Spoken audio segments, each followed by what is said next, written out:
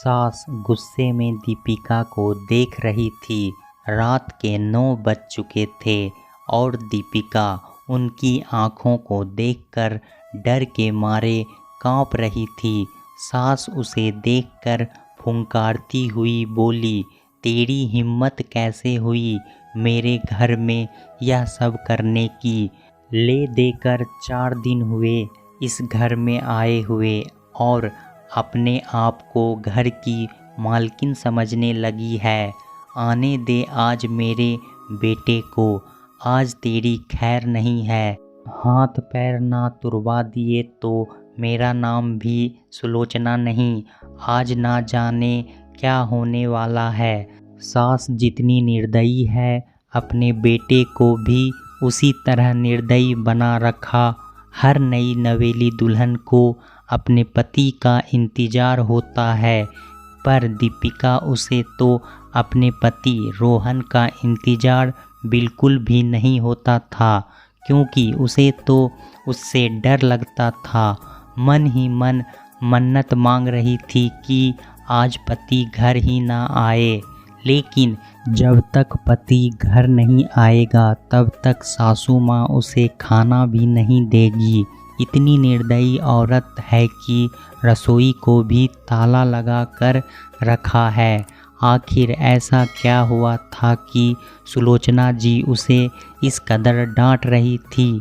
और आखिर रोहन का ऐसा क्या स्वभाव था कि अभी नई नवेली दुल्हन होने के बावजूद भी दीपिका को अपने पति का बिल्कुल भी इंतज़ार नहीं था। चलिए जानते हैं दीपिका के बारे में। दीपिका की शादी रोहन से 4 महीने पहले ही हुई थी। माता पिता तो थे नहीं, ग्रेजुएशन होते ही चाचा चाची ने ही उसकी शादी करवाई थी और फिर अपनी जिम्मेदारियों को पूरा कर ली थी। ना कोई पग फेरे की रस्म और ना ही कोई तीज त्यौहार। इधर ससुराल में ले देकर सास सुलोचना जी, पति रोहन और एक ननद सरिता ही थी जिसकी सगाई हो चुकी थी। छोटा परिवार था। एक प्यारी और शांतिपूर्ण गृहस्थी का सपना संजोए दीपिका इस घर में आई थी। पर सपने तो सपने ही होते हैं, हमेशा सच थोड़ी ना होते हैं। शांतिपूर्ण गृहस्थी तो सपना ही बनकर रह गई। दीपिका जहां 20 साल की, वहीं रोहन पूरे 30 साल का। दोनों की उम्र में पूरे 10 साल का अंतर था। सास सुलोचना जी दीपिका के लिए 10 नियम कायदे बनाए बैठी थी। सुबह 4 बजे तक उठकर पूरे घर की साफ सफाई करना, उसके बाद स्नान दी करके रसोई में जाना, हमेशा मुंह पर घूंघट लिए रहना, सबको खाना खिलाए बगैर खाना ना खाना और भी ना जाने क्या क्या नियम। दीपिका को उन नियमों को सख्ती से पालन करना होता था, पर अभी उसकी उम्र ही क्या थी। कई बार गलती भी हो जाती थी। अगर किसी दिन कोई चूक हो जाती तो उस दिन उसकी सामत आ जाती थी। उस पर हाथ उठाने से भी कोई परहेज नहीं करता था। घर में जहाँ तक कि उससे 5 साल बड़ी ननद सरिता भी उस पर हाथ उठा देती थी। शादी के कुछ दिन बाद रात 8 बजे तक रोहन घर नहीं आया था। दीपिका को बहुत ज़ोर से भूख लग रही थी तो उसे अपने आप से खाना लेकर खाना शुरू ही किया था। अभी पहला निवाला मुंह में गया ही था कि इतने में सुलोचना जी ने देख लिया और चिल्लाना शुरू कर दिया। जब दीपिका से बर्दाश्त नहीं हुआ तो उसने कहा, माँ जी, मुझे बहुत ज़ोरों से भूख लग रही थी इसलिए खाना खा लिया। इससे पहले सासू माँ कुछ कहती, ननद सरिता ने आगे होकर दीपिका के गाल पर थप्पड़ रसीद कर दिया। तुम्हारी हिम्मत कैसे हुई मेरी माँ से ज़बान लड़ाने की? अपने घर में क्या खाना नहीं मिलता था तुमको जो भूख बर्दाश्त नहीं कर सकती थी? मेरा भाई तुम्हारा पति है, उसका इंतज़ार नहीं कर सकती थी? अरे औरतें तो अपने पति के लिए क्या से क्या कर जाए। इतने में सासू माँ भी बीच में ही बोली, रहने दे सरिता, क्या संस्कार सिखा रही है इसे? माँ बाप तो है नहीं और इसके चाचा चाची ने ये मिट्टी का ढेला हमारे माथे मढ़ दिया। रहने दे तू, मैं ही रसोई को ताला लगा देती हूँ। ना रहेगा बाँस ना बजेगी बाँसुरी, अपने आप ही एक तरफ चुपचाप बैठ जाएगी। कहते हुए सासू माँ ने वो लगी हुई थाली भी रसोई में ले जाकर रख दी और रसोई को ताला लगा दिया। दीपिका आंखों में आंसू लिए लिए देखती ही रह गई। 2 घंटे बाद रोहन घर आया, तब सुलोचना जी और सरिता ने खूब नमक मिर्ची लगाकर उसके सामने बात को परोसा और वो माँ का भक्त, वो तो इतना गुस्से में आ गया कि उसने भी जाकर दीपिका के गाल पर थप्पड़ लगा दिया। उस दिन उसे खाना तक नहीं मिला। अब आज का ही किस्सा ले। दीपिका शाम का खाना बनाकर सास और ननद को खाना खिला रही थी। दोनों बाहर हॉल में बैठकर खाना खा रही थी। वही दीपिका गर्मा गर्म रोटियां सेक कर दोनों को परोस रही थी। आज सुबह सासू माँ ने सिर्फ 2 ही रोटी खाने को दी थी। इस कारण से दीपिका को बहुत ज़ोर से भूख लग रही थी, पर रोहन तो 10 बजे से पहले आने से रहा। दीपिका से बिल्कुल भी भूख बर्दाश्त नहीं हो रही थी। इससे पहले कि सासू माँ और सरिता खाना खाकर रसोई का ताला लगा दे, उसने फटाफट से एक रोटी अपने पल्ले में बांधकर अपने कमर में खोस ली। जब माँ बेटी का खाना हो गया तो उन्होंने दीपिका को रसोई से बाहर कर ताला लगा दिया। दीपिका अपने कमरे में आ गई। इधर सासू माँ और सरिता अपने कमरे में आराम करने चली गई। जब दीपिका को लगा कि अब माहौल सही है तो उसने अपने कमर में बांधी रोटी को निकालकर रोल करके खाना ही शुरू कर दिया। रोटी खाते खाते उसकी आंखों में आंसू भी गिरे जा रहे थे। स्वाभिमान इस चीज़ के गवाही नहीं दे रहा था, पर क्या करे वो भी समझ में नहीं आ रहा था।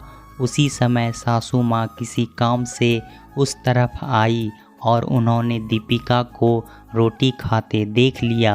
बस फिर क्या था, हंगामा शुरू हो गया और दीपिका अब यही इंतज़ार कर रही थी कि रोहन घर ही ना आए। अब पता नहीं आज वो क्या करेगा। उस दिन इन सब के सामने रोटी लेकर खाई थी तो थप्पड़ मार दिया, पर आज तो रोटी की चोरी की थी। थोड़ी देर बाद रोहन घर आया तो दीपिका का दिल ज़ोरों से धड़क रहा था, माथे पर पसीना आ रहा था। अचानक रोहन की ज़ोरदार आवाज़ आई, दीपिका बाहर आओ। दीपिका डरती कांपती बाहर आई। देखा तो सासू माँ अभी भी नागिन की तरह फुंकार रही थी। सरिता कुटिल मुस्कान के साथ उसकी तरफ देख रही थी और रोहन उसकी आंखें तो गुस्से में लाल हो रखी थी। जैसे ही उसने दीपिका को अपने सामने देखा, उसने उसके बालों को पकड़कर खींचा और धक्का देकर नीचे गिरा दिया। दीपिका की बहुत ज़ोर से चीख निकल गई, तेरी इतनी हिम्मत कि अपने ही घर में चोरी करती है? रुक, तुझे तो मैं आज बताता हूँ। कहते कहते रोहन ने अपनी बेल्ट निकाली और दीपिका को मारना शुरू कर दिया।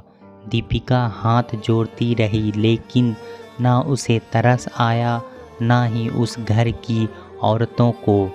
आखिर जब रोहन नहीं रुका तो दीपिका उसे धक्का मारकर दौड़ती हुई घर के बाहर निकल गई। अरे रे, पकड़ इसे, बाहर कहाँ जा रही है? सुलोचना जी ने कहा तो रोहन ने जवाब दिया, जाने दो माँ, कौन से उसके मायके वाले बैठे हैं जो उसे घर में बिठा लेंगे, अपने आप ही घूम फिर कर वापस आ जाएगी। तुम तो फटाफट मेरा खाना लगाओ, मुझे भूख लग रही है। रोहन की बात मानकर सुलोचना जी ने रोहन का खाना लगा दिया और रोहन खाना खाने बैठ गया, पर दीपिका की सुध बुध किसी ने नहीं ली। आखिर थोड़ी देर बाद दीपिका वापस आई। उसे देखकर तीनों कुटिल मुस्कान के साथ सामने खड़े हो गए। आ गई वापस महारानी? क्या हुआ, मायके वालों ने जगह नहीं दी? सुलोचना जी ने ताना कसा। देखकर रोहन ने भी कहा, जब तक मेरे पैरों में नाक नहीं रगड़ेगी तब तक घर में नहीं घुसने दूंगा। बड़ी गई थी ना मुझे धक्का मारकर। हाँ भैया, इतनी आसानी से माफ़ मत करना।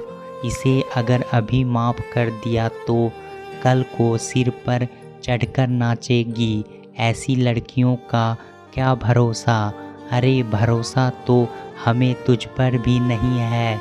जो अपनी भाभी का सम्मान ना कर पाई, वो हमारे घर को क्या मान बढ़ाएगी। अचानक दीपिका के पीछे से सरिता के होने वाले ससुर जी निकल कर आए। उन्हें देखते ही तीनों के चेहरे की हवाइयाँ उड़ गई। अरे आप कब आए समधी जी? उसी समय आए थे जिस समय आपकी बहू रोड पर बदहवास सी दौड़ रही थी। अच्छा हुआ हमें आप लोगों का चेहरा अभी से पता चल गया, वरना हमारा घर तो बर्बाद हो जाता अगर ऐसी बहू हमारे घर आ जाती। नहीं नहीं, कुछ गलतफहमी है पापा जी, मैं आपको समझाती हूँ, आप अंदर तो आइए। सरिता ने कहा तो उसके होने वाले ससुर जी ने कहा, कौन से पापा जी? कैसे पापा जी? माफ़ करो, हम तो तुमसे कोई रिश्ता नहीं जोड़ना चाहते। और समझाना है ना, वो जो पुलिस बाहर खड़े, बाहर उनको समझाओ। अचानक पीछे से पुलिस वाले निकल कर आए। अब तो तीनों में से किसी से कुछ कहते ना बना। उन्होंने देखते ही सुलोचना जी ने अपनी आवाज़ को नरम करते हुए दीपिका से कहा, अरे बहू, इतनी छोटी से गलतफहमी में कोई पुलिस को बुला कर लाता है क्या? ऐसी छोटी मोटी परीक्षा तो हर शादीशुदा औरत को अपने घर में देनी ही पड़ती है। आखिर यह तेरा ससुराल है, इसका मान रखना तो तेरी जिम्मेदारी है, उठानी पड़ती है। आपने मुझे कमज़ोर समझ रखा है क्या? मेरा मायका नहीं है ना सही, पर कमज़ोर मैं फिर भी नहीं हूँ। अब संस्कार, माफ़ करना सासू माँ, मुझे ऐसी कोई परीक्षा देने का शौक़ नहीं है। शादी थप्पड़ खाने के लिए नहीं की थी मैंने। और यह कैसा ससुराल जहाँ रोटी भी मुझे चुराकर खानी पड़ती है। अब अपने बच्चों को रोटी जेल में बिठा कर देते रहना। आखिरकार पुलिस तीनों को अरेस्ट कर अपने साथ ले गई। सरिता के ससुराल वालों ने रिश्ता करने से मना कर दिया और दीपिका को एक स्वयंसेवी संस्था ने आगे बढ़ने के मौके दिए, जहां वो संस्था के साथ मिलकर लोगों को घरेलू हिंसा के प्रति जागरूक करती थी। उसने अब एक नई शुरुआत की। दोस्तों, आखिर बहू भी किसी की बेटी होती है, फिर क्यों बहुओं पर इतना अत्याचार होता है? उन पे हर काम में पाबंदी लगाई जाती है और उनके साथ घरेलू हिंसा की जाती है। कई बार उन्हें मार भी दिया जाता है। आखिर कब तक घरेलू हिंसा से पीड़ित रहेगी हमारी समाज की बेटियां? दोस्तों, कहानी कैसा लगा हमें कमेंट में ज़रूर बताएं।